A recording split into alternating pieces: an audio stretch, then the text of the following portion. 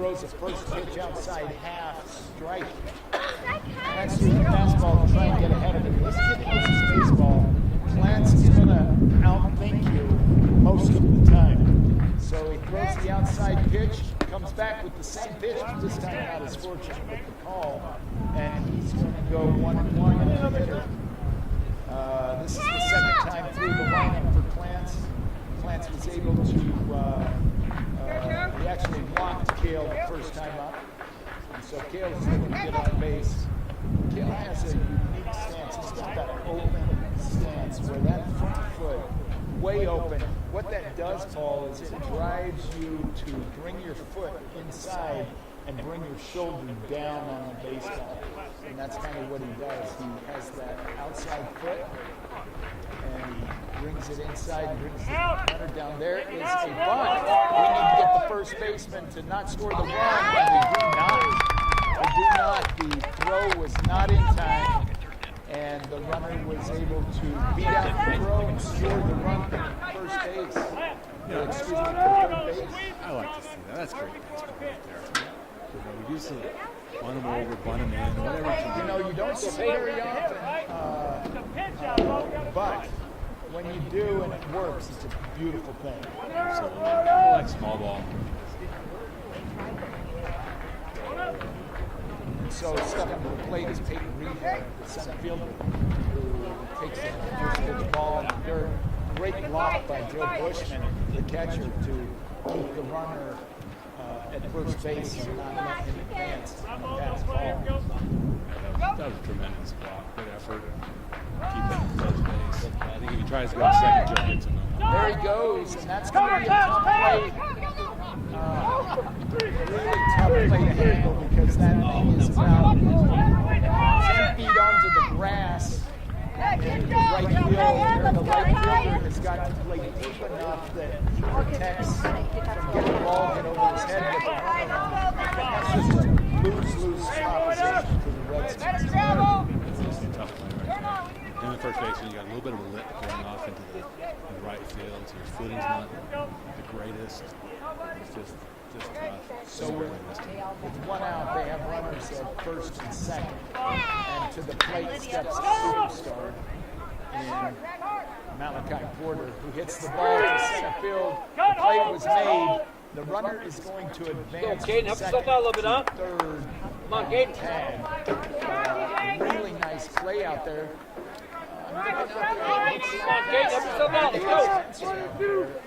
He's moved to center field, and Afton Cox is moved into right field, and I don't see Dion Perry out there, so it looks like Dion is That was a fairly easy shot out to center field, but with this wind, it tailed off there at the end, making it a difficult catch. Now batting for the Mustangs is Caden Owens, one of my favorite athletes in the mountain. I coached against him. Ironically enough, we played Mogollon this year, and in looking at their team, I just knew, Caden was averaging about 28 points a game. So I put the Redskin catcher, Joe Bushman, on him and ran a diamond in one against Caden.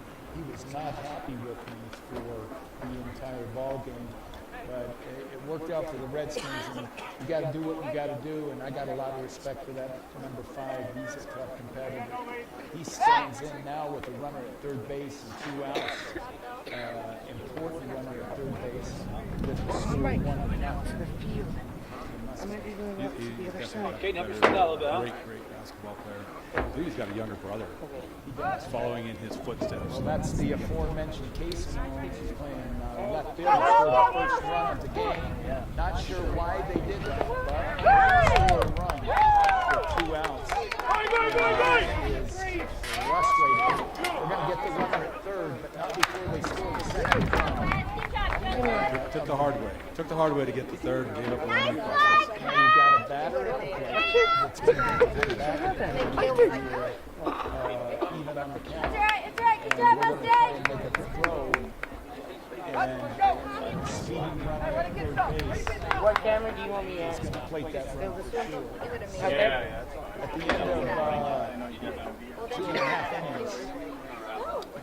Mustangs played a 2-1 and lead the Redskins 2-1.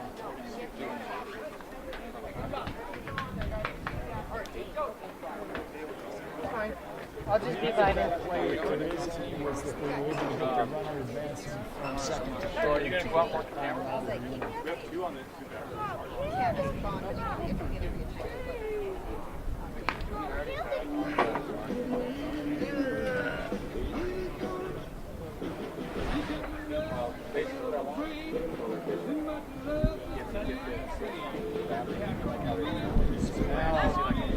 Looks like we're going to head to the bottom of the lineup. I'm not sure who that is going to be. Our last hitter is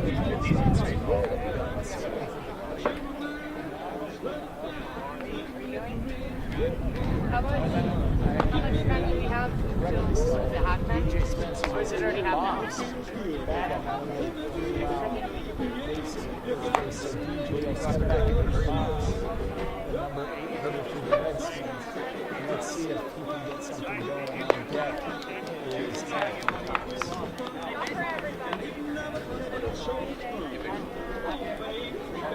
Sorry about that, but I didn't know. Oh, yeah.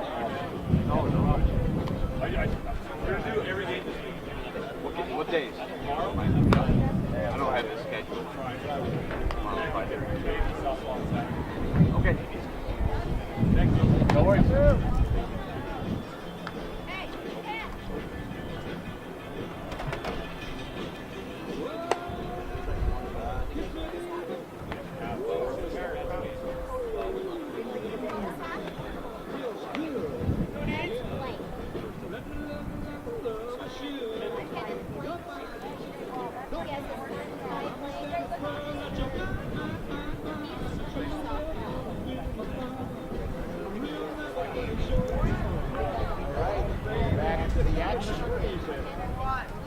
Caden Owens looks in. DJ Spencer at the plate.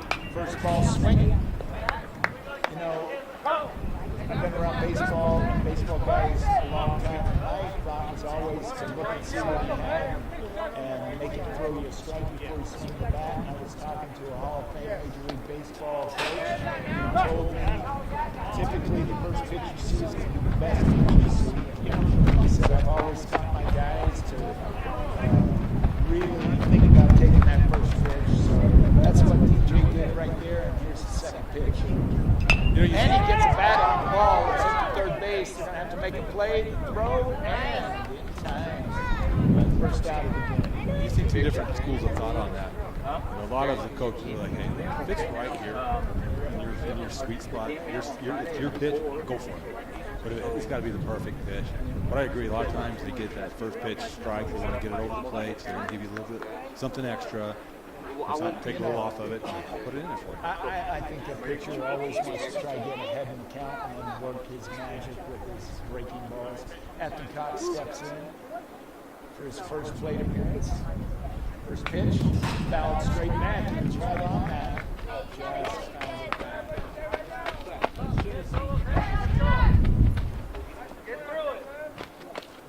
One out, one strike. Anthony looks at the second pitch. And he's swinging.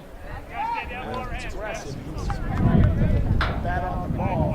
And we're going to need to make Cade work a little harder than that. Yeah, you got to make sure that pitch is in the strike zone. There's a ball way outside. So that's a nice side on number 10.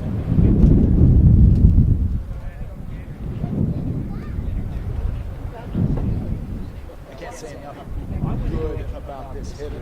Anthony Cox, coach. Boy, I'll tell you though, I'm not going to say anything good about that call. I didn't see it. I was getting a text from my wife. She's down at the softball game where Giving you a little heads up. Yep, it's 5-5 down there on the softball field. I'll just say that pitch was moderately outside. So, Well, as long as it's in the other batter's box, it's okay. there goes. Line shot back to the pitcher's back. Justice is going to be able to get that on. I tell you, that's a tough kid right there. That hit hard. Well, you're not going to find a tougher kid than Katie. And he's going to Caden Owens is tough, but he's going to tell the coach to get to that hill. Coach doesn't come out. Coach didn't come out. no, not against. Not for Caden Owens. He's tough. He's had tougher than that. As the father of the pitcher, though, those comebackers make your heart race a little bit. No doubt. That ball was hit on the screws right back at it. So Justice is going to get a base hit, and that's our first base hit of the day for the Redskins. He's at first base, and he's a threat to go. He's leading the conference in steals.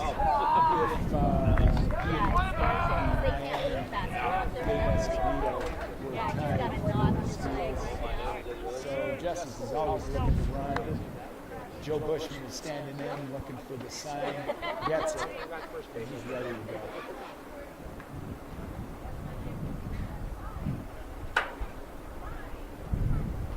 It's back to first base, and he's in time. Sometimes I think getting dirty causes the umpire to think it's worse than it is. And sometimes when you stand up, they don't think it's quite as close. Justice is a heads-up base runner, so he's watching. There's the pitch. That's a beautiful pitch. Now, when the runner comes into the bag on top of it, it's a lot easier to see the feet in the tag. So you know, but when you're sliding in, it's a little more difficult. You get different angles, weird angles, dust picking up. It's harder to tell. I agree with you. He steps off, looks him back. Yeah, that's a heavy pitcher right there. Instead of making a throw over and a quick move, just step out, put him back there. Let Justice know, hey, I'm thinking about you. I'm just going to step out. Can't go to the mouth on that. That's the only one. So this year with the COVID rules, what just happened here is when the pitcher goes to his mouth, we have to take that ball out of play. And we're supposed to send it out to the coach, and he's supposed to sanitize it and put it back in. So what we know will happen is the umpire will kick that ball out, he'll toss it to the coach, who will look at it and then put it in. I was going to say it's a little extreme. But that's the COVID rules that we as umpires have been blessed with. And so you've got to adhere to those rules. Paul, is that what you're saying? Yeah, you know, there's some rules that we agree with, there's some rules we disagree with, and we have to enforce all of them. That's what we signed up for. I know all about that. There's the pitch, strike swinging, and the shortstop was unable to come up with that ball. He bounced it just on the second base bag. So Justice was able to steal that base, and now he's in double digits and stealing bases now for the season. So you can throw it there and beat. They didn't run this guy. If Justice is close, then you know this catcher can really run with it. Go, Caden. Focus the matter, bud. And Justice is not What's the matter? Like we said last week, Paul, sometimes the easiest base to steal is third. So it is actually easier. You got to throw it further down. Hey, baby, right now. Let's go. And if Come on, Caden. the shortstop or second baseman aren't keeping you close, you get much bigger jumps. Absolutely. It's a lot bigger than that. You all right? Let's go. He's consistent. Strike three, Joe Bushman. Joe Bushman had already tossed the bat and is headed to first base. So at the end of three, score still. Mogollon Mustangs 2. 2 strikes on you, you can't allow something like that. Do your best and put that on it. Yep, that was a tough one to take, but that one was outside so far that Joe Bushman didn't think he could get his bat on it. So, they're giving that outside pitch. And the beauty of this umpire, and that's the second time, is he's very consistent. He's consistent on both sides, both dugouts. He is going to give the pitcher that outside pitch. The other thing that happens is when the ball's coming in down the middle of the plate, the wind is actually it's going from the left field foul pole to the right field foul pole. And so what happens is it pushes that perfect strike to the outside half, and that umpire's going to give it to me. Just has to hit the corner, has to hit the plate once inside that 18 or so inches. I don't know who the magician in the dugout is, but Joe is the last hit. He's already out here in his gear, warming Scooter Wilfink up. Somebody's a catching equipment master. Able to do that. Spiked it. Almost bounced over. Went high on the backstop, that's for sure. The wind is just not going to relinquish. It's going to stay blowing hard all day. And leave St. John's baseball without it. Some 40 years ago when I was playing for the Redskins, it was blowing this hard too. It hasn't changed. I'll tell you, I have one memory of playing baseball. Lost right field. Coach Jones talked to us about this type of sky, but I don't remember wind blowing. So into the batter's box steps the pitcher, Katie Owens, to get a second and a third chance to look at Plants because he was in the box when the runner third.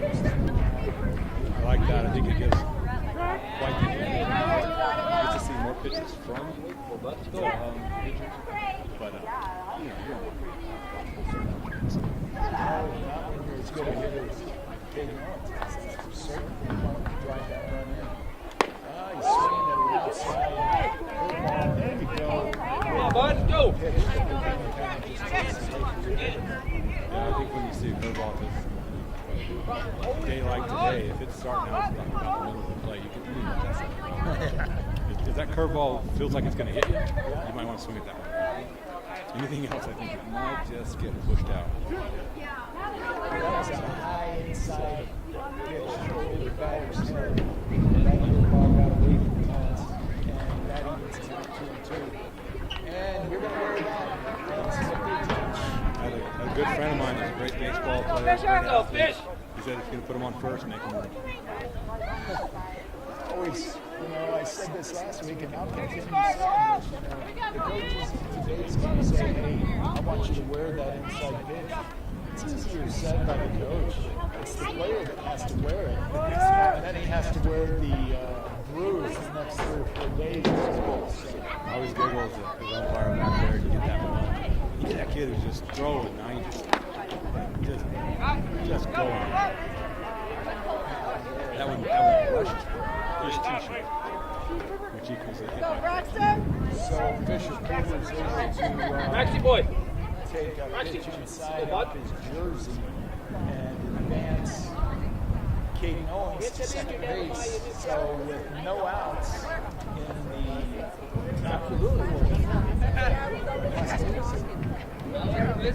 first 2 hitters on base.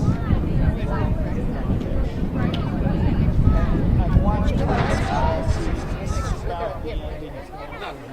As a freshman, he goes hard for 3 innings, and when he gets to the 4th inning, it's a lot tougher on him. We're going to leave him in there. He says he's good to go.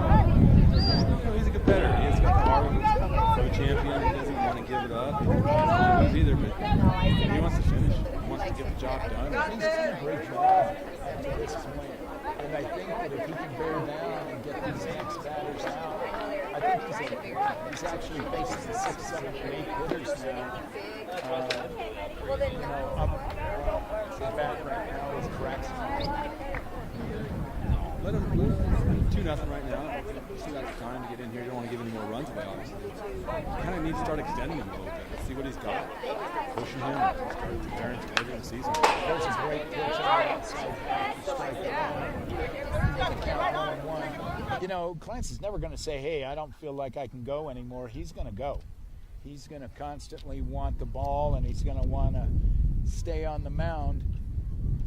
if he can bear down and get this out and give us a double play possibility, I think he could be in good shape. So we'll see what happens here. There's a beautiful pitch That's a for great strike pitch. 2. That's right at the knees. Big 16's like, come on, man, I'm a big guy. That's not on my knees. That's a great call, great pitch right at the knees. Stay down there, you'll get ground balls all day. I'll tell you, this is a big kid, but let me tell you, his best attribute is that he gets a rip ball. It's going to get through, and they're going to hold the runners at first, second, and third base. Braxton gets a seeing eye single that just gets under the glove of Wes Scarborough, and then does the same for Justice Burt, and it travels all the way out to Dayson. Yeah, that's a good seeing eye single. So up to the plate steps Diego Armea, and he has the bases loaded. And let's see what he can do. He can wear it. And he's going to wear it to, if you're going to wear it, at least pick up an RBI. There you go. So he gets an RBI, and into score comes Caden Owens with the third run of the game. Now up to bat is the freshman, Kyson Owens, who was able to get the hit in third inning, I believe. And he's back up to bat. He scored the first run of the game. Last time up, he pushed the ball over top of the second baseman's head in front of the right fielder. And we'll see where he goes with this at bat.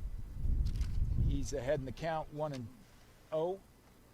Clance looks and throws outside in the dirt for ball 2. The other thing to think about, Paul, in this game is the Redskins have 4 games in 6 days. They do. And, a really tough thing for Coach Davis is finding pitching because of the pitch counts that have been brought in by the AIA, which I think is critical to have pitch counts in high school to save some of these kids' arms. Well, you'll see coaches and Coach Davis, Coach Porter. They're not these kind of coaches, but you'll see a coach that'll just wear a pitcher out because he's good, and they'll run him out, overuse their arms.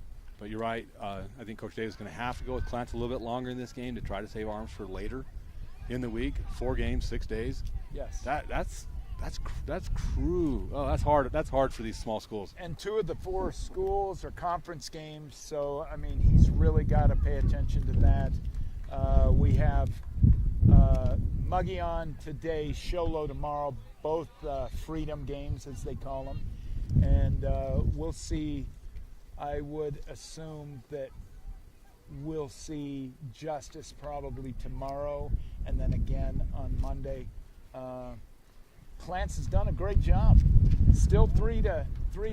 That's still doable.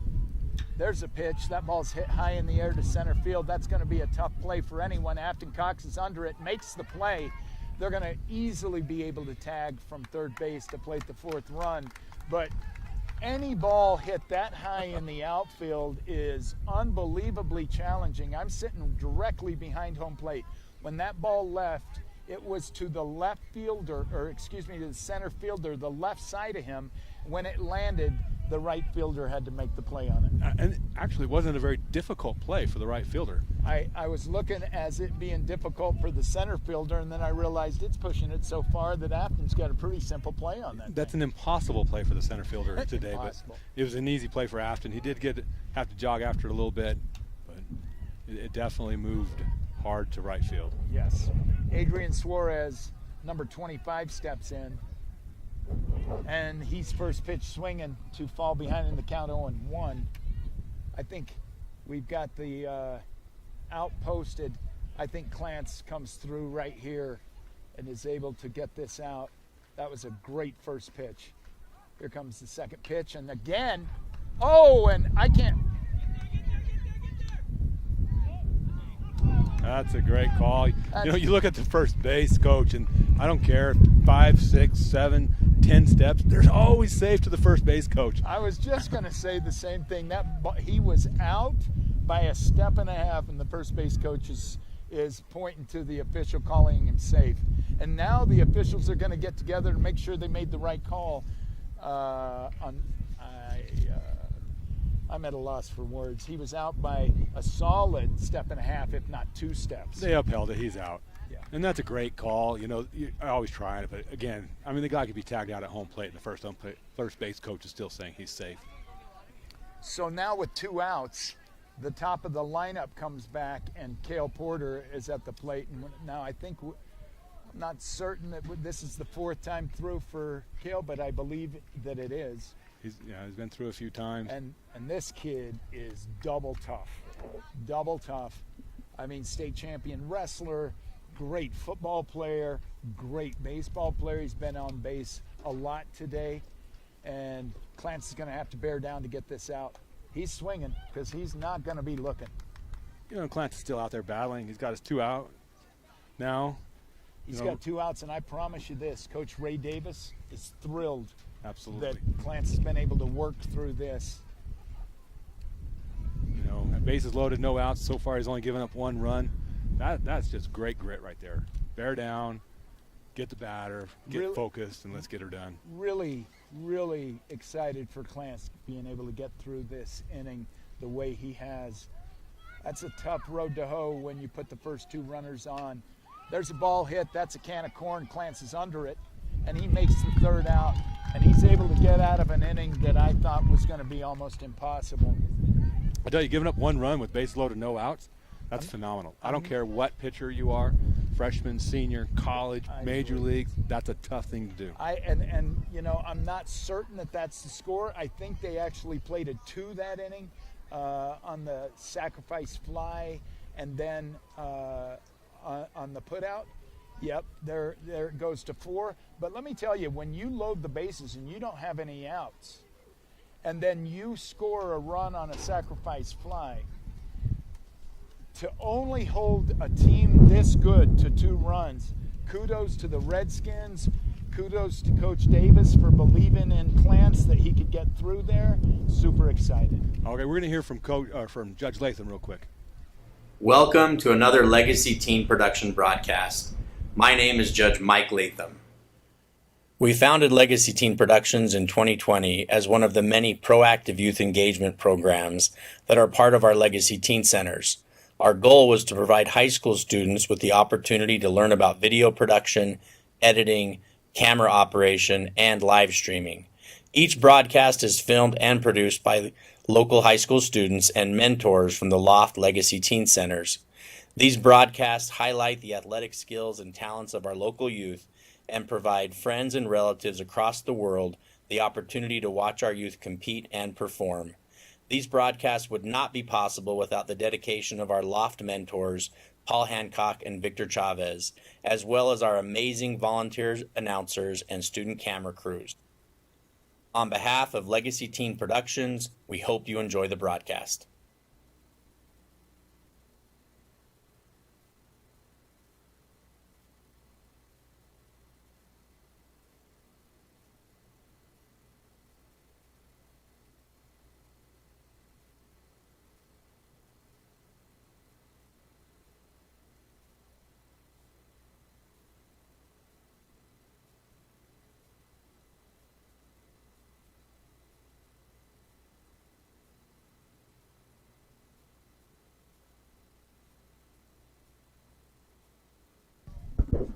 And we're back for the bottom of the 4th inning with St. John's down 4-0. First pitch is in the dirt. Knocking my shade down, Rusty. We have Cale up to bat. I'm back, Paul. I wanted to go say hello to some of those Mogollon fans sitting in the bleachers and tell them to be sure and tune in when they get home to Legacy Teen Productions on YouTube. Absolutely. You know, I do a lot of games out there in Mogollon, and it's a great place with great fans, great people out there. So it's one of my favorite places, especially for football. Boy, Cale Stewart just took a line shot right up the middle, and I'm just thankful that Cale Owens was able to get out of the way. Caden Owens, I'm sorry, was able to get out of the way because that thing was absolutely hit on the screws. Yeah, that was coming back at you for sure quickly. And the other thing, I'll tell you, athletics and Mogollon High School go hand in hand. They do. They, it's a small community. It's a really tight community, and I really believe the parents there think the most important thing they can do is to keep their kids engaged, and they play every sport to the highest level. Really good. They absolutely have excellence in athletics there for sure. Looks like we have a pinch runner in for Kale. His hip may be bothering him a little bit. They're trying to get him healthy for the stretch run. He really has been banged up, so yeah, he gets a rip, and now we have a pinch runner. In the fourth inning, it's important to try to get this runner around and in and start getting into that lead a little bit. It's a great pitch, low and outside. And then we have Luis Morales as our pinch runner on first base. Luis got a little bit of speed. I don't know though if I'd run on this catcher. Oh, he got caught leaning. Great pickoff move, caught Luis leaning a little bit, thrown out at first. That's the second time you'd think we'd probably want to stick a little closer to first base. My son was a left-handed pitcher, and he had a great pickoff move. And every time he was on the mound, the opposing coach would literally reach out and grab the base runner and keep him close. Yep. And, after seeing his pickoff move twice, I wouldn't get too far off that bag.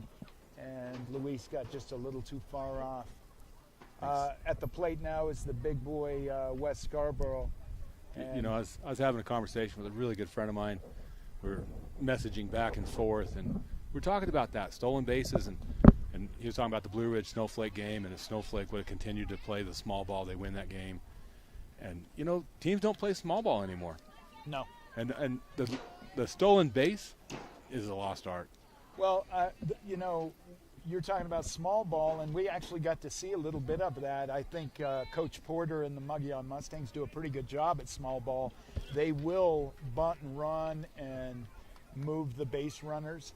And Coach Davis is apt to do that as well, but we cannot afford to get our first batter who gets to first base picked off. Absolutely not. We're down 4-0. You've got to be able to try and plate some runs, and we can't have them taken out at first base. Down 4 in the fourth inning. You got to be a little bit conservative on how you play. Can't be as aggressive, especially with that first batter or your first runner. You got to try to get him around.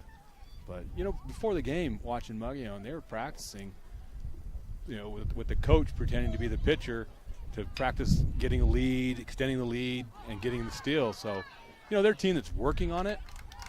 And, there's a reason why they're the defending state champions at the 1A level. You're right. Gage Tricky was up to bat, hit a hard shot to the first baseman, came up and hit him off the chest, but stayed in front of him, and he was able to make the play, throw it to Caden Owens, and the runner was out. So at the end of 4 innings, it is 4-0 for the Mogollon Mustangs. Yeah, we're sitting here 4-0, going top of 5. And I think softball is 5-9 with the Mustangs leading. And I think they're at the top. They were top of 4 a few minutes ago, so they might be in the 5th inning by now. And back on the mound comes the freshman, Scooter Wiltbank. And I couldn't be prouder of him. I think he's just doing a great job. I can't put myself in his shoes. I was fortunate enough to play varsity baseball as a freshman. Under no circumstance would the coach have put me on the mound. Absolutely not. Under no circumstance. Yeah, it's rare. I mean, even as a sophomore, it's pretty rare to get that. But as a freshman, and this is a big game, winnable game that you want to get out there. And now he's pitching into the 5th. Pitching into the 5th. He's going 3 times through the lineup, if not 4 now. And I don't have words to say for what I think about Clance and what he's able to do out there. The kids are rallying around him. They all come up and give him knuckles before the inning starts. They know that this is a tough ask, And Coach Davis knows this is a tough ask, and he's going to go out and give it his all. Up to the plate steps Peyton Reedhead. And he's first pitch swinging, and that ball was inside. He battled it off on his hands, and that's strike one. Yeah, that's a pitcher's pitch. If you put any meat on that as a batter, it's either a foul ball or a weak grounder that gets an easy out. So great pitch by Clance. Or as I call him, knees. Knees. Peyton Reedhead's wearing a good baseball, number 2. I like the number 7 in baseball. There's a little hit ball back to the pitcher. Clance takes his time, makes the throw to get the first out of the inning. That same pitch as the one before. Like I said, great pitcher's pitch. Came out with a little bit of a dribbler there. He battled it off, and that hit way up on the handle and just dribbled back to the pitcher. Clance didn't rush anything and was able to pick the ball up cleanly and make a throw. Now hitting for the Mustangs is Malachi Porter. This kid is a superstar, and I'll tell you how big a superstar he is.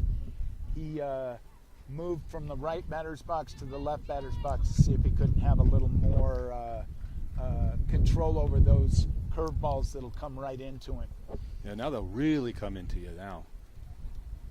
That ball's going to move a lot into you. As I mentioned before, you know, if you're a wrestling state champion, your work ethic is already in place. It's good. It's in place, and so he is that, and I'm certain that this kid works his fanny off.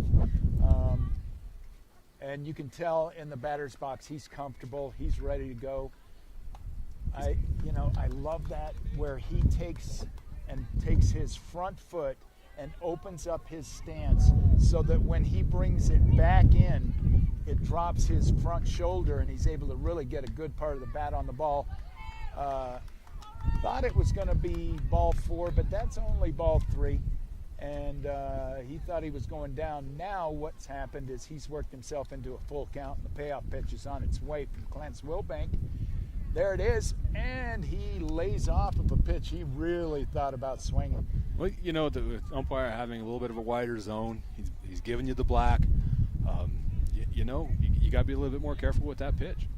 You got to be ready and make sure and foul it off if you have to. So having a little bit low. Coach Davis has gone out and asked Clance for the ball. I think he's getting up in pitch counts. Right now he's got his hand on his arm and he's telling him great job. He did a phenomenal job. 4-0. I mean, he hit 3 batters, but there's the pat on the back. Clance has done a really good job. Phenomenal job. You know, bases loaded, no outs last inning. He's able to get out of it with minimal damage done. And just battled. Great kid. Now it looks like we're going to have a combination change. This is not even a double switch. This is a quadruple switch. We've got Joe Bushman, who's going to leave from behind the plate and go to the mound. Looks like Cale Stewart is going to go from second to short. Justice Burt is going to come in from shortstop and play catcher. And my guess is that you go get Clance at second base. Moves to second base. That's my guess. We'll see what happens. If you're the home plate umpire, you're not happy about one of those changes. Yeah, you're right. Mr. Bushman has kept you safe and your uniform clean. He's done a nice job protecting the umpire today. Bush, nothing surprises me about that kid. That kid will get down and stop a ball with his face. He is as tough a competitor as you will ever see. I know because I've coached him for 3 years. On the football field, if you want to know where the football is, find number 15, and that's where the football is. Absolutely. I think this is the first year actually to really look back and think 15 is Joe Bushman's number. And for the first time as a senior, he gets to wear it in all 3 sports. Good for him. No one even asks for that number. Other players, they already know. Bushman's taking 15. No one else is getting it. I'm not even going to ask for it. So, I think I'm right. It looks like Wilbank is going to move to second. Cale Stewart's going to move to shortstop. Justice Burt is going to line up behind the plate. And watching Justice catch reaffirms what I've said all along. This guy is baseball through and through. You watch him frame a pitch, everything he does is baseball. And there's not a position he can't play on the field. He can play everywhere. He understands the game, so he's usually ahead in thinking about what's going to happen, what needs to happen, those types of things. Just an outstanding baseball player and an even better young man. Really great. So now Joe Bushman is going to have a tall task ahead of him as Caden Owens steps to the plate. He is the cleanup hitter for the Mustangs, and it's the first batter he's going to face. We've got Caden stepping to the plate, Fisher Porter, number 44, in the on-deck circle. Yeah, see if we can get a low pitch in here and get a ground ball and double play and get out of this inning. Try to get back into the dugout and get some runs. And that first pitch by Joe Bushman, a little hook, and caught Caden Owens off guard. Who would have thunk the first pitch you were going to take was going to be a curveball on the outside half? That's a gutsy move by Bushman. Absolutely great pitch by Bushman to get that first one. The ball just kept going away from that bat. And the pop on the glove tells me Bushman's bringing it pretty hard right now. When you're sitting directly behind the umpire, you sometimes don't get a good eye on how quick that thing's coming to you. But Caden Owens was able to battle off a couple of tough pitches and rip that ball over the third baseman's head to the outfield. So now there are runners on second and first with one out. It's tough to hit a ball over Gumby over there at third base. And up steps state champion Fisher Porter, and this is a big kid. So, you win the wrestling state championship, you're in a tough division. No question about that. No question. St. John's was quite lucky on that hit and run play that Mogollon just had. If the batter pushes it to the right side, we got for sure a runner at third, possibly a score. Yes. So the fact that he pulled it, was able to keep it in front of the left fielder, keep it in front of him, we're able to hold the runner at second base. So that was fortunate for the Redskins.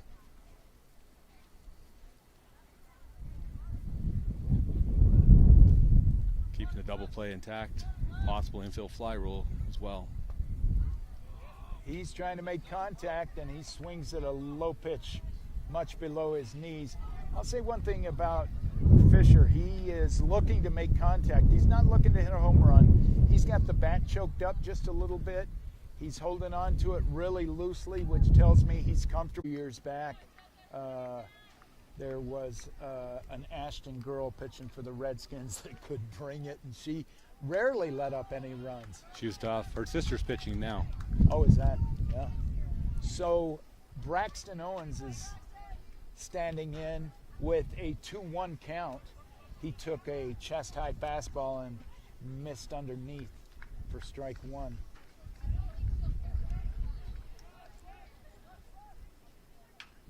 There's a pitch, and that is fouled way out of play. So Joe's battled back from a 2-0 count to go even 2-2, and has a chance to get a strikeout here if he can rear back and fire this one past him.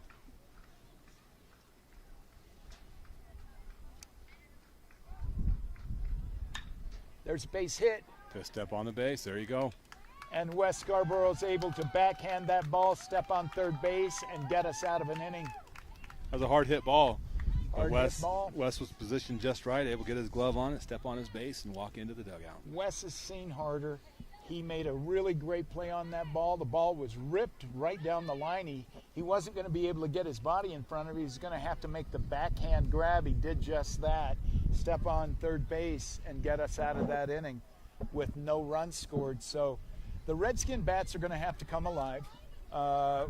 We've had runners on base, but we've allowed them to either be thrown out at second or picked off at first.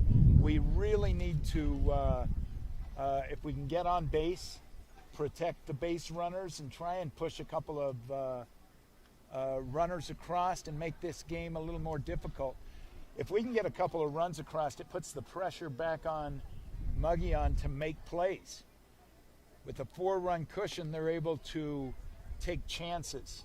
And I'd rather have them feel a little pressure in this situation. So batting for the Redskins here in the bottom of the fifth is going to be Dason Spencer looking for his first hit of the game. Dason was walked on 5-6 pitches. His last at bat got to first base. Let's see if he can get the bat on the ball here.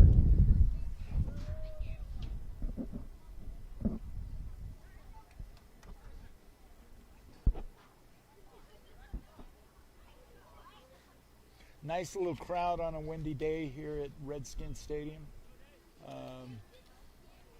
We've got a nice little contingent from Mogollon. You know, it's kind of fun when you have these games. You begin a little bit early during the school day, and you get some classes coming in, hanging out, watching the kids play, their classmates play. But it's a beautiful day. We have a little bit of a breeze. We've had some gusts, but it hasn't been too bad. Hey, there's no rain and the sun is shining. There again, first baseman's really struggling to come up clean with the ball over there. We've had a couple of really nicely hit balls. That time he's able to keep it in front of him again, pick the ball up calmly, and make a throw to the pitcher at first base.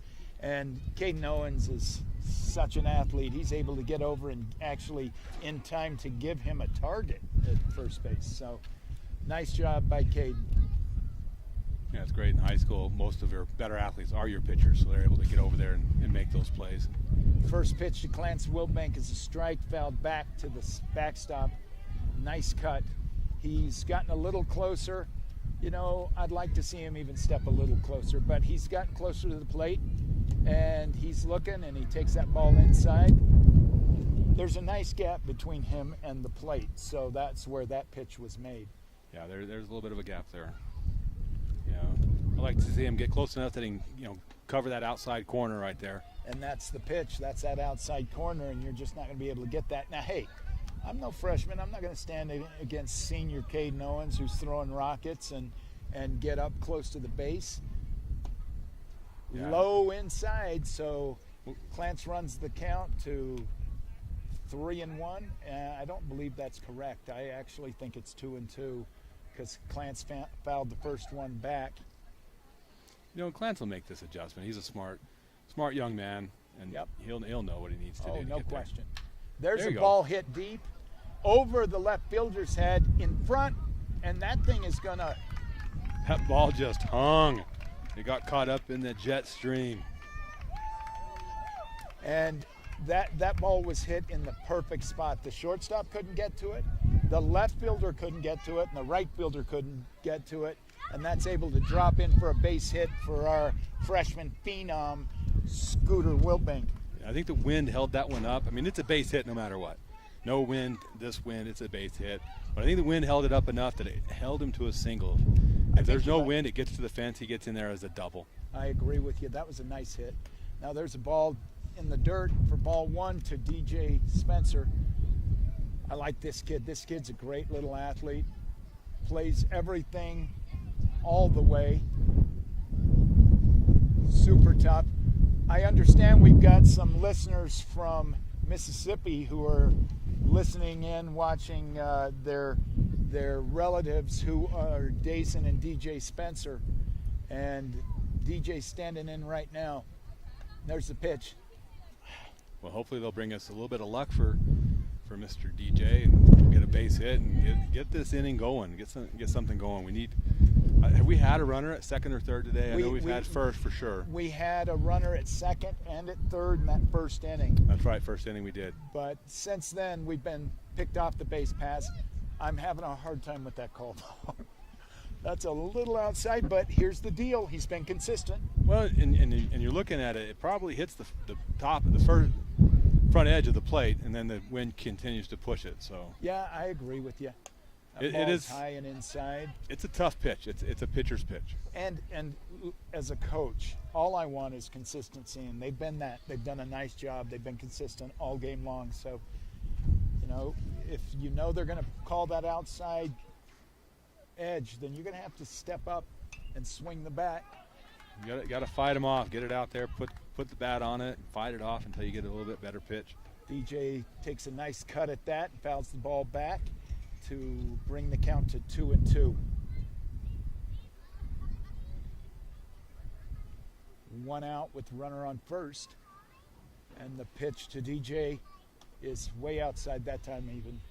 Even they had to let that go outside, and that is ball 3. So DJ's worked himself into a good situation. It is full count, and the payoff pitch is going to come, and you know the pitcher's got to throw a strike here, so if it's close, you're going to swing at that thing and make contact. See if we can't move Clance a little further, but it's not close. It's way outside, and so we've got runners on first and second as DJ milks the walk, and Afton Cox steps to the plate with 1 out. And runner at second base. This is a nice chance for a scoring play, and Afton steps in there. Yeah, I think this is the closest we've had to an opportunity since the first inning, for sure. And Afton's bunting to move the runners and bunts that pitch foul. That's a great move. I mean, third baseman is playing way up there by the bag, where he has to be in case Clance takes off. Agreed. Afton got a little more bat on that than he wanted to. Clance is somewhat speedy at second base. DJ's somewhat speedy at first. And Afton's going to hit a little duck snort. That's going to dropping. drop. You got to get on your horse. That's Let's dropping. get going. And the runners weren't advancing on the hit, and so they've loaded the bases.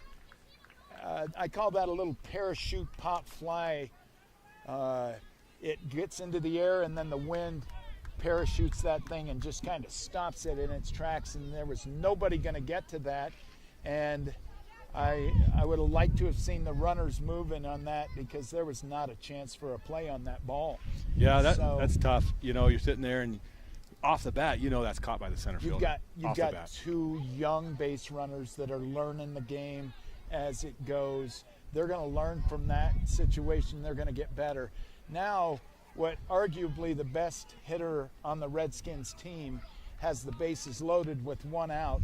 And the last time Justice was up, he hit a rocket right at someone, and we're hoping he does the same thing here.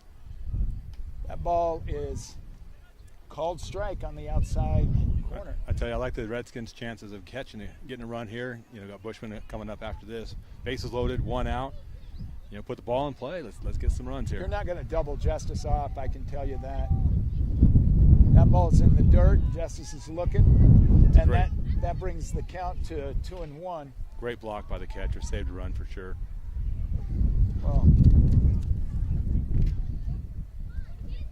you've got Malachi Porter back there. Ball's not getting past him. Kid's tough. There we go. A base hit, just like we had talked about.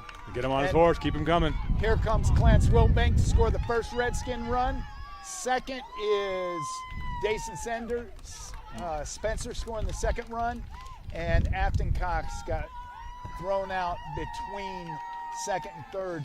And I'll tell you what happened. Justice rounded that corner and was coming far. Afton thought he was coming and needed to move forward.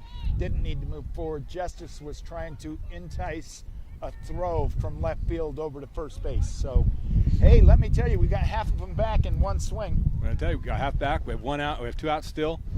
We have a runner on second. Joe Bushman up. We have a great opportunity here. Base hit puts us another run on the plate. Justice really stung that ball, drove in 2. And you got Cale Stewart coming up behind again. Get the ball in play. We can get this thing tied here shortly.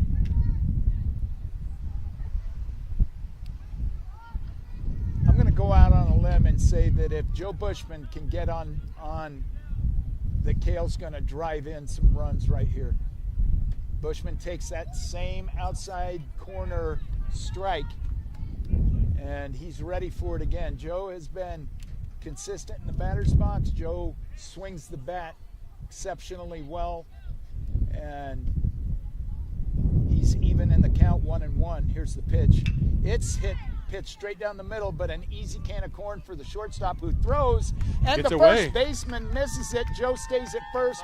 Justice is able to go from second to home on a throw that the first baseman just could not handle. And so now the score 3-4. Joe Bushman is able to take first baseman take first base on the error by the first baseman, and Cale Stewart steps to the plate. I've told these kids for years, put the ball in play, good things will happen. Absolutely.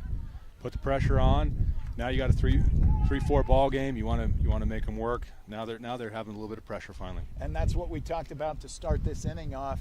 And in fact, the first baseman doesn't know whether to hold him on or come off the bag and let him take the lead. The first bit there, he was off the bag. Now he's decided to hold him on. And I tell you, I love Cale Stewart's aggressiveness. Anything close to that plate, he's going to swing for sure. He had a rip at that. Just an update on our softball girls. Joanne Wall hits a home run, and now it is 15-11 with the St. John's Redskins taking the lead. You want to go watch an athlete? You go watch Joanne Wall.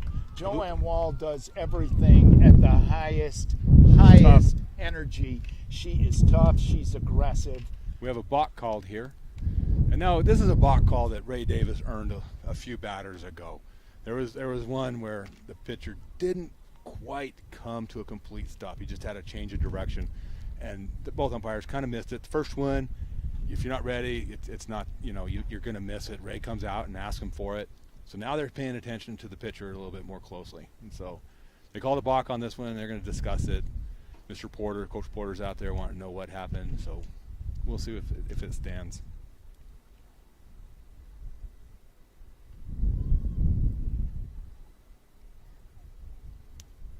It looks like they overruled him. Now Coach Davis is going to be, hey, come on now. And Coach Davis comes out with a smile on his face, knowing exactly what has happened, and that's the second time that's happened in this game. And, I love Coach Davis's demeanor. It's never changed over 20 years.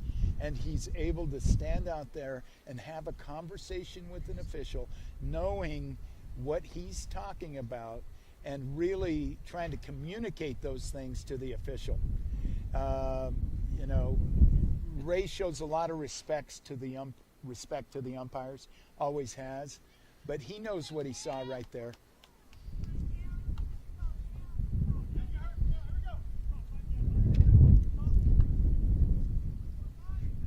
So we have a runner at first, 2 outs, strike on the batter. I was going to say, if they allowed that balk, I probably would have put Cale Stewart on first base. And I would have taken my chances with everyone else. But they're pitching to him, and that ball's low and outside. And so the count now runs even at 1-1. I'll say this. The ball comes across the plate. That thing is going somewhere. I don't know where, but I know it's going somewhere. Cale's ready. There you go. Oh, just Straight missed back that to one. me. Just I missed had that one. thing. Let's go back and replay that one on the camera there. That was coming straight back. He was right on that. Now, here's something to know about baseball. When a foul ball is hit directly back at the screen, that means you're right on it. You're exactly right on it. Just missed it low. Here comes the pitch. That ball's inside. That's a tough take right there. Cale's tough. He'll take that pitch. He didn't even move. Didn't even flinch.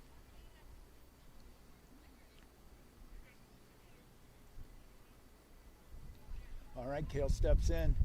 2-2, even with the count. Cale's going to swing at anything close. The ball's in the dirt, not close, not swinging. You see Cale's IQ, baseball IQ right here. Ball's in the dirt immediately. He's signaling to Bushman that, hey, the ball's right here. Don't go. Not many of the kids in the White Mountains can say what Cale said. He's played in other countries. He has played in the Dominican Republic. He's played in different places. This kid's just an athlete. His parents know what kind of athlete he is, so they give him so many opportunities to kind of show what he's capable of. I tell you, as good of an athlete he is, he's just a better person. You have a conversation with him. Everything is yes sir, no sir. Very, very nice kid. Just positive. That's the kind of kid you want your son to be. I coach him, so I agree with you 1,000%. He's yes sir, no sir. Thank you, coach. I would like to have seen him swinging on that pitch. I just like his power, and in this wind, that pitch, I think he could have handled that thing. He's going to give Wes the chance to drive in the tying run, and Wes is fully capable of that. Wes is due for a nice hit right here. Ball in the dirt, though, makes it easy on the umpire to call ball one. That's definitely an easy one. You know, Wes is crowding that plate. You're like, Darian, throw it in here. Throw it in here. Let's see what happens. Well, Wes here. is a baseball kid. He's grown up playing baseball. He knows that he's picking apart that outside half, so Wes is climbing in there so that he can get to that pitch. Absolutely. You know, if he's going to call it there, make sure you can hit it. That's what I say. He's back in the box so that the curveball doesn't eat him up. I think he's doing a great job. Here's the pitch. There you go. He hits that ball on the screws right at the shortstop, who's not even going to make a throw this time. He's just going to run over and cover it. That was a hard hit ball, but Hard hit ball. the grass killed it. Hey, listen, I'll take the 3 runs and make this a very competitive ball game now with 3 to 4. I believe that takes us into the top of 6. Top of the 6th inning. With the Mogollon Mustangs up 4-3 to the St. John's Redskins. Justice Burt behind the plate had a tremendous hit to plate 2, and now he is going to call the signals as Joe Bushman walks back out to the mound.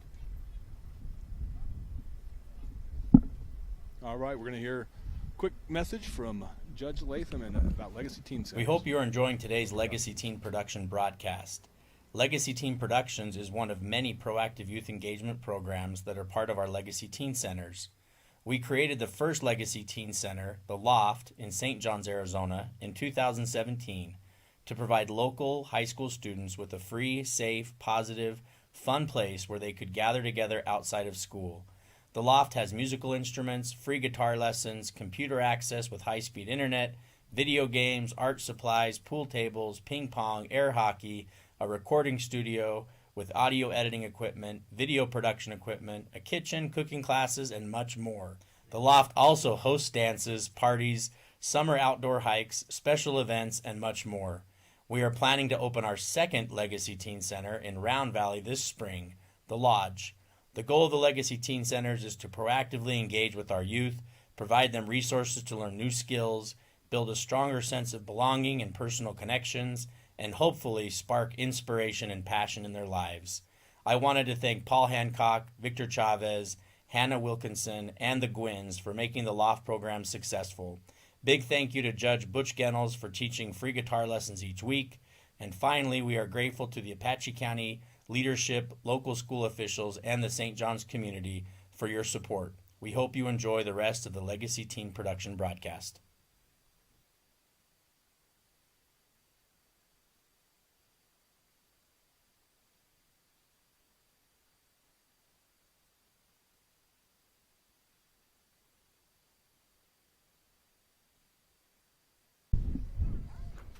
All right, starting the top of the 6th inning.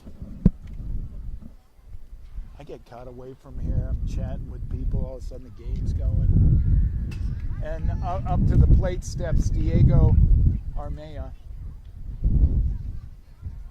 to bat. This is the first time he's seen Joe Bushman, and he watched Clance throw. Joe brings it a little harder than Clance does, and so he's still trying to learn. There's a little pull cue to Gage Trickey, who handles it cleanly and tosses over to Joe Bushman for the first out of the inning.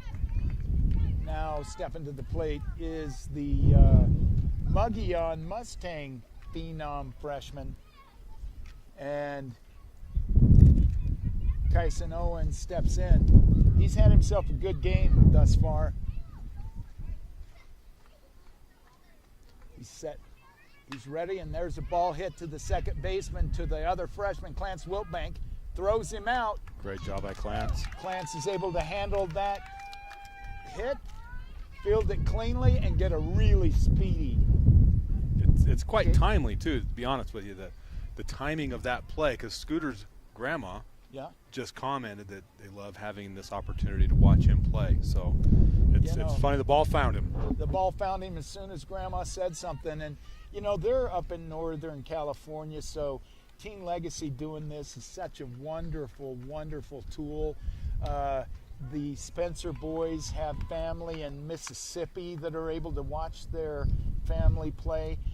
That's what this is all about. This is incredible. You know, I know a lot of alumni from St. John's that get home. They know St. John's had a ball game. They're able to pull up Teen Legacy Productions and watch it when they get home from work. And I get a phone call saying I'm horrible at this job, and you know, that just those types of things. And to be honest with you, more important to the players. That's a tough hit right there. Oh, and DJ was almost able to come up with that. He had to run a long way to make that play, and it tipped off his glove. He misjudged it off the bat. He thought, because again, it's right to him. Yes. But there's a jet stream up there, and it moved it on him. And what your tendency is in the outfield when that happens is to take a step in and then look. And by taking that step in and then looking, he didn't have enough time to get over because that wind was pushing it so hard. Yeah. So we've got a runner on second base with 2 outs, and up to the plate steps the tough Cale Porter. Going back to our legacy team productions, though, and just kind of explaining it out there as part of our teen center, we try to figure out things that we can do to have the kids learn how to do things. And obviously right now they're in school, so it's us, me, you, and Victor out here trying to run it and get it done. But you know, Judge Latham wanted to set up proactive, positive activities, and so this is one of the opportunities, and we set it up at just the right time that COVID hit, and we were able to expand and bring this out to the kids and their families. So we have people watching from all over, and we love doing it. We think that our kids here in St. John's are the best kids. And so even though Victor lives in Shola, we're trying to get him to move over here. His wife's kind of fighting him on that. We'll get him to move. He's got great kids, and they look good in a Redskin jersey. So make sure you let Victor know that we want him and his family to move to St. John's. Anytime you see Victor, just let him know that we'd love to have him here in St. John's.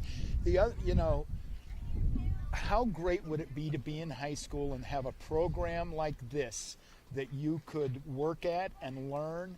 I went to college for broadcast communication, and I would have loved to have had this opportunity as a high school student. That was a great play. That was a ball that barely hit the end of his bat and rolled out in front of the catcher. Joe Bushman pounced on that thing and was able to throw a strike to first baseman and get out the speedy Cale Porter. And it was a very, very close play. So we got Mr. Porter not happy with something to do with the official letting him hear about it, let him know about it. The only thing that can happen with that is your time here on this field can become very limited, or you better find a very comfortable seat inside that dugout. Well, after, like I said, growing up in the White Mountains, the one thing I know for sure is with the last name Porter, you are as competitive an individual as there is around. So he is going to be he's going to be vocal. There's no question about that. He's going to be vocal. He definitely is. He's a good guy. You know, coaches multiple sports, does the wrestling, done baseball forever. He is a good guy. He's passionate. He cares, and he's never wrong. He's never wrong, even though he's never been right. Well, now it looks like the Mogollon Mustangs are going to make a pitching change, and they're going to bring in number 26, the aforementioned Cale Porter.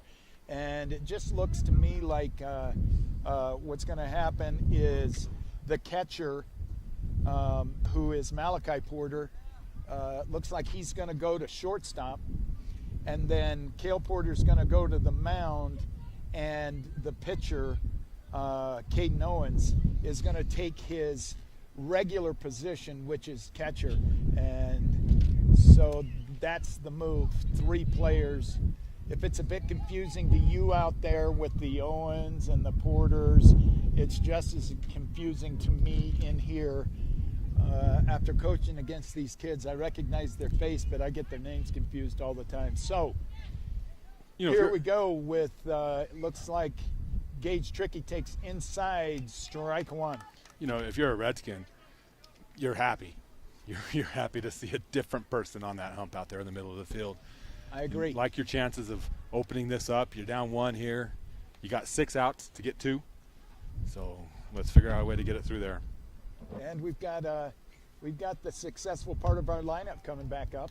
Ironically enough, it was the middle back end of the lineup that plated those 3 runs for the Redskins. So we're hoping to do just that. So down update on There's softball. a hard hit ball to center field, and those are tough to handle. He's back. Oh, and he makes it look easy. That ball must have been hit to left field to get to where he was standing. He didn't hardly move at all. That's probably the hardest hit ball St. John's had all day. Put it way up in the air, gave the center fielder time to get under it and really see how the movement of the ball was tracking. Now up to bat is Dason Spencer. You got an update on the update on softball? It's softball? now 16-15. So, holy mackerel! yeah, a couple of touchdowns, extra points, going in for 2 twice. That's a ball game over there, man. A lot of entertainment down there. Softball's an entertaining game. I enjoy it. You know, not the same as high school Lady Redskins softball. I played my share of softball in my day.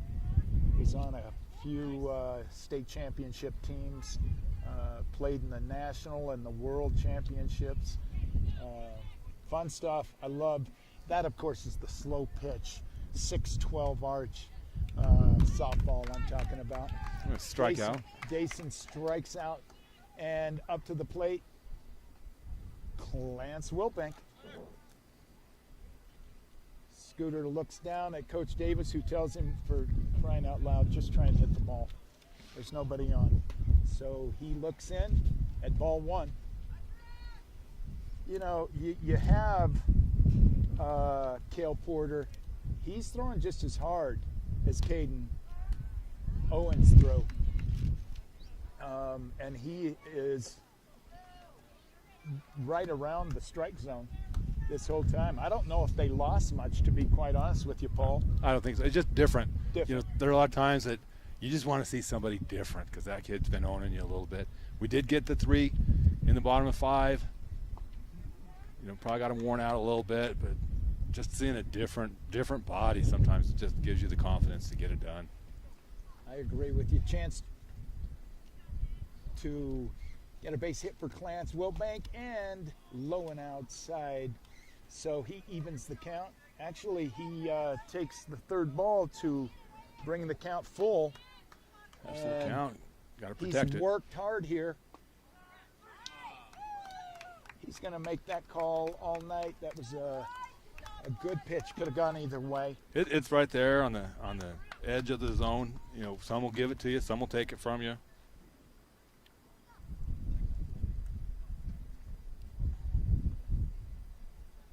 So you know he's been there all day. You want to make sure that you don't let that one go past. No. You got to put some metal on that. Foul it off. Get something else. He'll learn that. I mean, he's freshman. And the thing is I don't have a good vantage point of the dugout, but the players in the dugout really need to watch and pay attention, mostly to watch what the tendencies of the umpire are. You know he's calling that low outside pitch. You're going to have to put yourself in position in the batter's box to be able to get a bat on that. He's called it since the very first pitch of the game. Yeah. And so you're going to have to do that. It's the top of the 7th. The Mustangs are going to step to the plate one more time, and the Redskins are going to get one more chance at putting some runs on the board.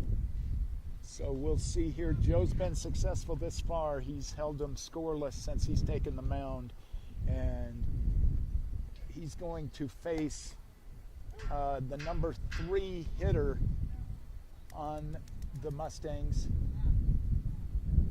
Actually, he's going to face the number 2 hitter first. He's going to face Peyton Reedhead, and Peyton is followed by Malachi Porter and then Caden Owens. So he's going to go through the muscle of this lineup here in the 7th inning. All these guys are great hitters, supremely competent athletes. We'll see what happens here. Joe's thrown hard. They haven't seen him much, so we're looking forward to these head-to-head matchups. Stepping in is Peyton Reedhead, the center fielder for the Mustangs. First pitch, right back in my hand. In the dirt for ball one.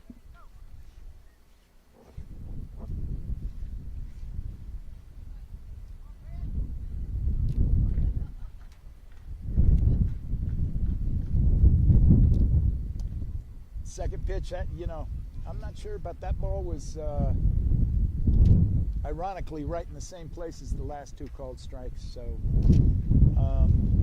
the only difference is the catcher missed it. You nailed it. Yep. And a lot of times they'll be back there. I'm like, dude, you catch that ball? I'm calling it a strike. Yeah. But it makes me look really bad when I call a strike and you let the ball go. Yeah, I understand that, Paul. I agree completely. So Joe's back in the plus side of this at 2-2, and looking in, trying to entice Mr. Reedhead into swinging this bat, and not able to do that with the ball inside and low. Tough to do. We need to bear down, get this out. You can't afford to put anyone else on base and get them around. We need to get out of this inning and try to get some more runs. There's a ball hit deep in the air. Now, if Kale turns around and gets that, I think he makes the play and is unable to. Yeah. In this wind, you got to turn and go. You got to turn and go. You've got to turn and let us see your numbers on your back and go get that thing. I agree completely. That's the second time we've seen the back pedal not work.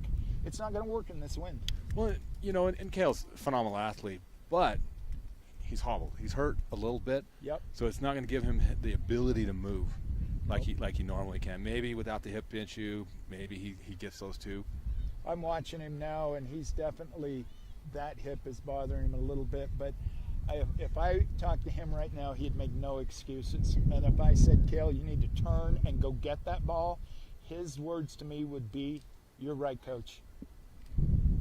So the tough part of that also is the ball was hit so high in the air behind the shortstop that the runner was able to stand at second base by the time the ball came down. Right. And so he's standing two now, and the heart of the lineup is coming up with Malachi, Caden, and Fisher. All three of those guys pound the baseball, and we're going to start here with Malachi, and we're going to see if Joe can't work his magic and find an out here with a runner in scoring position. Yeah, we need limit the damage at this point. There's a ball hits hard to the second baseman that ate him up. Ate him up. You don't even have a chance to move forward on that ball. And he's going 3, and he's going to probably be standing 3. Yeah. He is. Not even a play. So now we're at 3-5. Mogollon's up, adding to it.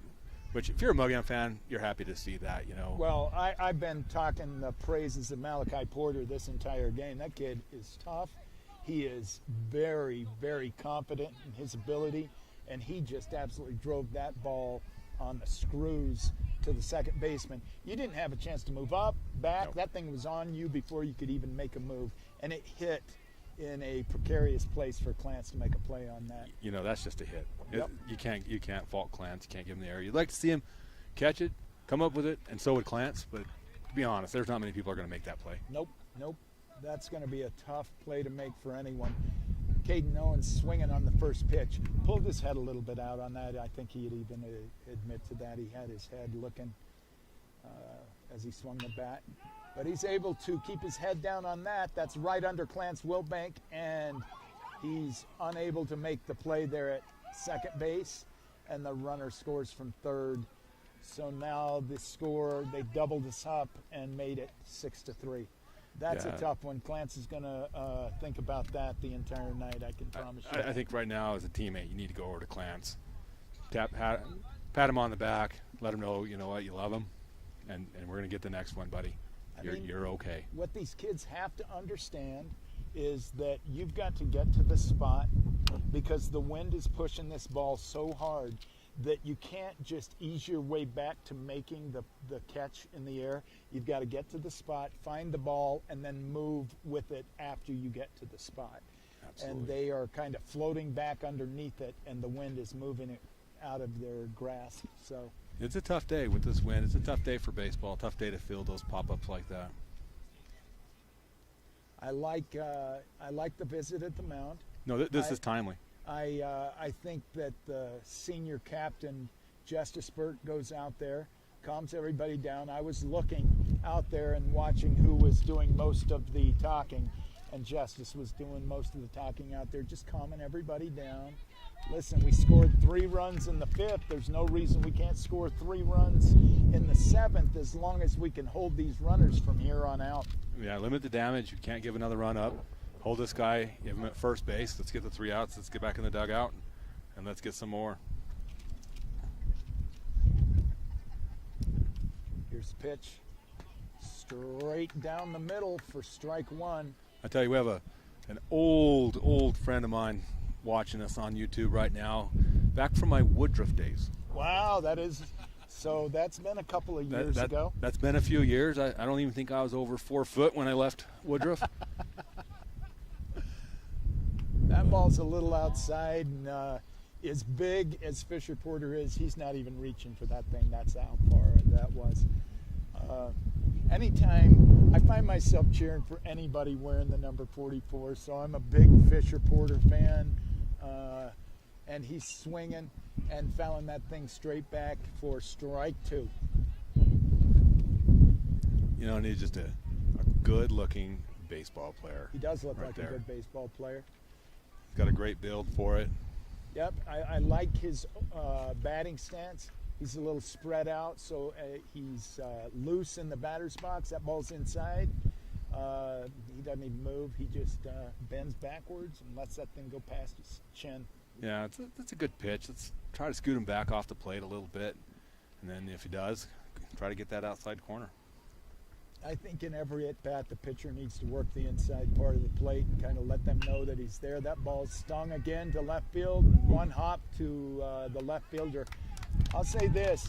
They've gotten 3 hits, and 2 of them have been massive hits. This Mustang team, they're a very well-hitting team. They hit the ball extremely hard, Yep. and they do a great job. You can tell they're very well coached, and there's a reason why. I mean, they're defending champions, There's a and reason. they don't win a championship for nothing. Braxton Owens is stepping in, number 16, the first baseman. A little known fact, actually, it's a big known fact about Braxton is as he hits the ball foul down the third baseline. One of the better three-point shooters on the basketball team. This kid stands in the corner, waits for someone to penetrate and kick, and he's got such a soft shot from the corner, three-point range. I always worry a little about him. Out here on the baseball field, he's got a little bigger target, and so pitchers are able to work him down a little more, and it's tougher for him to hit the ball. So Joe's ahead on the count, 0-1. And Joe turns around, throws to second base. Want to try and hold those runners in position. Need to get an out here and entice a double play ball off of this next hitter, Diego Ameo, and get out of this inning. Absolutely. Let's get some outs. I'm going to talk that into reality. And there's the pitch. Ball's hit to third base. That's an easy can of corn. Got I one. think he can get 2. Oh, he got And it. he does get the second out. What a great play by Wes Scarborough. I'll tell you though, great base running by Mogollon. Oh, Runner goes from so first to third on the you're- double play. That's heads up. You're exactly right. And we talked about 44. We talked about Fisher. So what happened was the ball's hit to third. He's got to touch the third base bag, which is a force out, and then make the throw to first. The minute Fisher saw him throw to first, he was gone to third base, and he went from first to third. Great call, Paul. Great. You got to love baseball like that. Now you get runner in scoring position, pass ball, anything puts you one more up there. You know, if he's just dogging it and he just thinks, getting second base is going to be fine and doesn't get there, and a pass ball comes here, he doesn't score, they don't go to 7.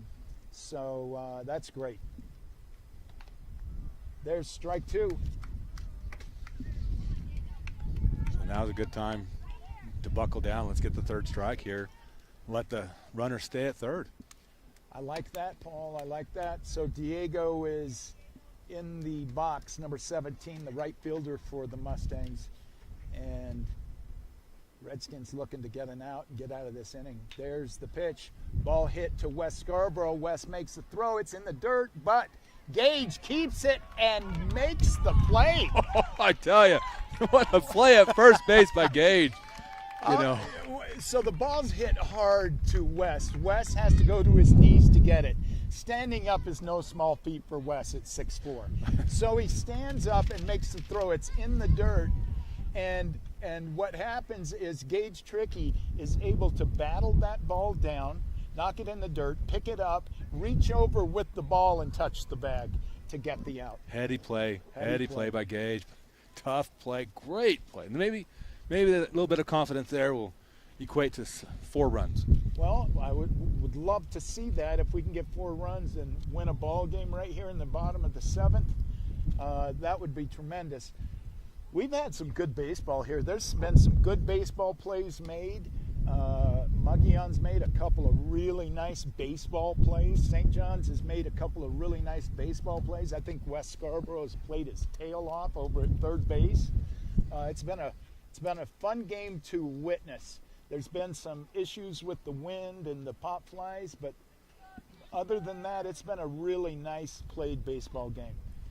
You know, and the day's turned out pretty nice. A little bit of a breeze, but not too bad. There's obviously definitely been worse, but what a great game. 6-3 ball game. 6-3 game. Going to the bottom of 7. Redskins still in this game, bottom of 7. DJ Spencer's stepping to the plate, which is going to bring up DJ's been on base, scored a run.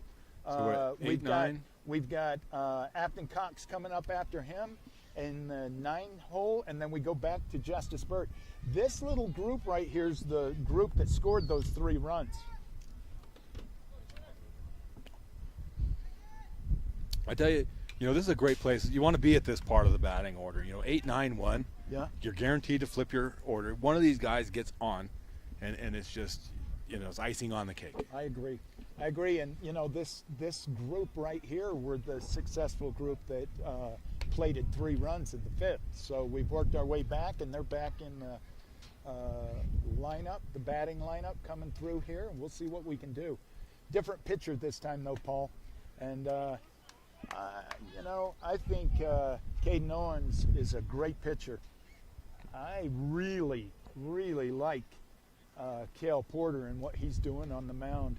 You know what I like about it is he's getting the ball, getting right back on that mound and ready to go. Shows a lot of confidence. And as an official, as an umpire, when I see a pitcher like that, you're just excited. Grip. You're excited because the ball's coming and the game's just going to progress. If you're St. John's, you got to break his rhythm. You got to do something. Step out. You've got to work his rhythm a little bit because he's fast pitching you. There's the first pitch. Watch how quick he comes back to the top of the mound and gets ready to pitch. He's already on it. He's already on it and already ready to pitch. The second he steps in there, he's coming. Absolutely. And there he comes again. So that's a little high curveball, throwing a little junk up at trying to get Afton to bite. Count goes to 1-1. But he will quick pitch you. And here he goes again. That ball. Right on the corner. Right on that outside corner. Kudos to the umpire because he's been consistent all day. All day. So 1-2 to Afton Cox. Afton's got to be swinging at anything close, and that was not close, and he was not swinging. No, that's a great eye right there. 2-2. I'd like to see Afton be able to get on base here and give the opportunity to Justice Joe Bushman and Cale Stewart right here. We'll see what happens. There's a pitch high, so he's worked himself into a full count. It's a great job by Afton, making him work a little bit. And if Afton can keep it close, I think he'll. There's that outside He's been there. corner all day. Two batters in a row struck out on the same pitch. Same pitch. That outside corner Now, I'll tell you who hasn't struggled with the pitching today. Justice Burt has not struggled with the pitching today. And we're hearing from one of our viewers, Mirror Images, that Ira has signed to play for Clark University. Congratulations, Ira. Ira Tullis is a football-playing fool. One of the better running backs I saw all year long. I had heard that he had signed to go to Clark. He's going to have a White Mountain player, and that's going to fall. That's going to drop. That's drive that ball to the wall. Justice is going to get a triple. He's going to stand at 3 minimum. We'll see how they handle this. If they throw to third and it gets past him, Justice will take off. It doesn't. That's just not a good throw. Don't make that throw. Don't make the throw, number one. But number two, let me tell you, Justice Burt has hit the ball on the screws all day. Now he has a stand-up double and a stand-up triple to go along with the single. He is a home run short of the cycle, and that kid can play. I brag on him all the time about his baseball ability, and I hope the viewers don't get tired of me talking about him. But I've watched St. John's baseball for a long time, and there's very few baseball players that have come through St. John's that are any better than Justice Burt. I can name a few. Mike Gray was great. Robert Vallejos was great. There've been the Herrick, the young man that won the state championship. There've been some great players. Justice is one of them. Now Joe Bushman is looking, and hopefully we can get a runner on, and maybe Cale can send this thing out of this place. Yeah, let's get it on there. If Joe can get on, I can promise you Cale's looking to put this thing over the fence. That's just down the third baseline foul. Yeah, so where is Clark University? Where's Ira going to be playing? I believe Clark University, I might be wrong, but I believe it's in Colorado. And I wanted to tell you a little something. There's another White Mountain 2A football player playing at Clark, and his name is Tyreek Kosei. They call him Tiger Kosei, who is a running back for Clark. There's a nice hard hit ball. Nobody's getting that. Nobody's getting that. Oh, that's off the fence. It almost went out of the yard, and he's going to be standing 2 and driving in 1. So that brings our big boy to the plate. And we're looking up where Clark is, and I think it's Colorado. I'll tell you this: it's Colorado. Or Ira reminds me of Shad Bride. Shad was a tremendous athlete here. Well, Shad went to, so Shad Bride is a family. He's part of my family. It's in Iowa. Really. Shad went to Kearney and played in Iowa at Kearney. Clark's in Iowa, then Ira's going to Iowa. Thanks, Levi Ashton. I can't even pronounce that word, so I'm not even going to try. Dubuque, Iowa. There you go. Hey, how about that? I don't know how you got that. Hey, Levi Ashton, how about that? It's nice to have you here, buddy. Cale Stewart's stepping in here with a score of 6-4. Redskins down 2 outs, runner on second. Joe Bushman just knocked it off the fence, and Cale Stewart has every bit the ability to knock this thing out of the park by 100 feet. He's going to need his pitch. He just took an inside fastball for strike 1. There's a rip to third base. Oh, ate him up. Ate up the third baseman, and now we've got runners on the corners with 2 outs, and up steps the cleanup hitter, Wes Scarborough. Well, here's a big question. You know, earlier, I think it was in the 4th inning, Cale got on first. They did a pinch runner, and Cale comes back in, and so now he has no re-entry status. Do you run for him? I do not, and I'll tell you why. They put in a pinch runner for Cale, who then immediately got thrown out. I'm going to go ahead and leave Cale in there and let him hobble around these bases. But, you know, Coach Davis has got a couple of options on the bench that he could bring in. Michael Bushman's on that bench. He could probably race around those base paths, but those 2 base runners are critical to us coming back in this game. I think Coach Davis is probably hoping that Wes can send one and Cale can take his time coming around the bases. Redskins have yet to hit a home run this season. They're due. Oh my goodness. Yeah, and you like to see it. I mean, I like the decision. Leave Kale in. You got a smart player there. He knows what he can do. You know, so Wes can get a hit here and add some life to this game. Well, West takes pitch and falls behind in the count 0-2. This is going to be a hard get. I don't know that the pitcher is going to give him anything really substantial to hit, being so far ahead in the count now. Well, Wes has figured it out, though. He knows that you're getting the outside corner. Wes is practically standing on the plate, daring him to throw it over there. I'm going to get to where I can get my arms extended, and I'm going to drive this ball. You couldn't have said it better, Paul. I'll tell you, Wes's baseball IQ is really high. He knows that outside corner has been called all day, and he's not going to get called out on that outside corner. And by getting that close to the plate, he might be able to wear one, and he's not opposed to that either. No, he's a tough kid. Tough kid. But you got your outfield playing in a little bit, too. Mm-hmm. So that's way outside. Oh, what a stop by Caden Owens. That was a great play by the catcher. What a stop. He saved a run there, no question, because that ball was 4 feet outside, and he stuck his glove out there and was able to make the stop. Here comes the pitch. No, outside.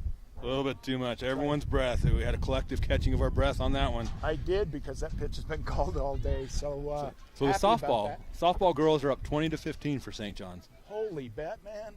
There you go. A hard hit ball back up the middle. The shortstop makes a great play and is able to touch the second base bag to end this ball game. But the Redskins didn't go down easy. They fought hard. And thank you so much to all of you all over the country, in Iowa and wherever we all are. I know Northern California and Mississippi. Thank you all so much for watching our broadcast. Stay tuned tomorrow when the St. John's Redskins will face the Sholo Cougars in a freedom game. But proud of the Redskins battling this very talented Mogollon Mustang team. I tell you, you're Coach Davis. You're always disappointed that you get the loss, but you got to be proud of these kids for battling and making it a 4-6 ball game. Here in the bottom 7, they gave it what they had. They were almost there. So appreciate everyone who watched. Levi, I know you're making yourself a heck of a softball official up there in Idaho. Keep it up. Balls and strikes. Get you home, buddy. So everyone, enjoy your evening. Take care. Join us tomorrow.